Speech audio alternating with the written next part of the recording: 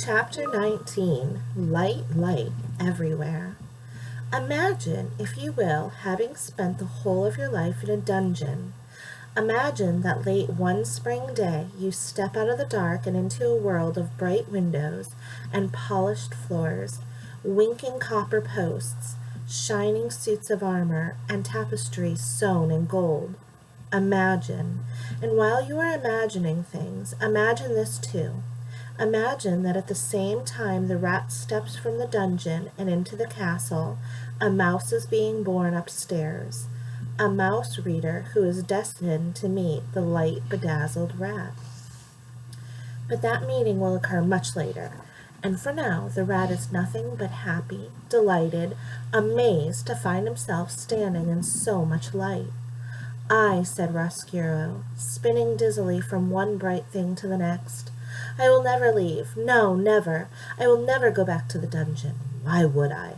I will never torture another prisoner. It is here that I belong."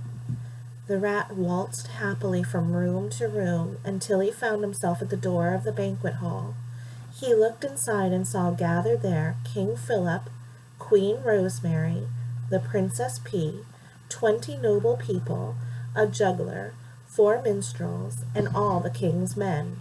This party, reader, was a sight for the rat's eyes. Roscuro had never seen happy people. He had known only the miserable ones. Gregory the jailer and those who were consigned to his domain did not laugh or smile or clink glasses with the person sitting next to them. Roscuro was enchanted. Everything glittered, everything. The gold spoons on the table and the jingle bells on the juggler's cap, the strings on the minstrels' guitars and the crowns on the kings' and queens' heads. And the little princess, how lovely she was! How much like light itself.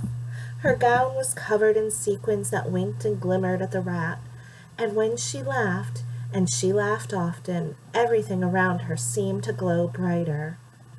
"Oh, really," said Roscuro, "this is too extraordinary. This is too wonderful. I must tell Botticelli that he is wrong. Suffering is not the answer. Light is the answer." And he made his way into the banquet hall. He lifted his tail off the ground and held it at an angle and marched in time to the music the minstrels were playing on their guitars. The rat reader invited himself to the party. I wonder what's going to happen next. And now we're hearing of the queen, and we know that the queen is no longer with us. So remember that we did go back in time a little bit. Till next time.